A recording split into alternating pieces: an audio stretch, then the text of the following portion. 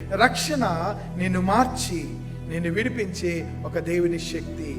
రక్షణ మీకు స్వాతంత్ర్యాన్ని ఇచ్చేదిగా ఉన్నదని జ్ఞాపకం చేయబడి యేసుక్రీస్తు ప్రభువారు శిలువ మీద మరణించి శిలువ మరణంలోనే ఆయన ఉండిపోయి ఉంటే ఈరోజు పునరుద్ధానం అనుకుండేది కాదు.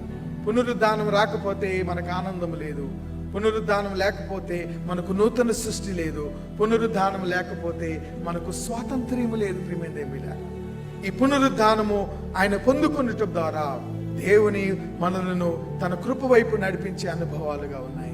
రక్షణ అంట మీకు స్వాతంత్ర్యమునిచ్చేదిగా ఉన్నది. యోహాను సువార్త 8వ అధ్యాయము 36వ వచనంలోని భాగాన్ని, కుమారుడు మిమ్మును స్వతంత్రులుగా చేసిన ఎడల మీరు నిజముగా స్వతంత్రులయ్యుందురు.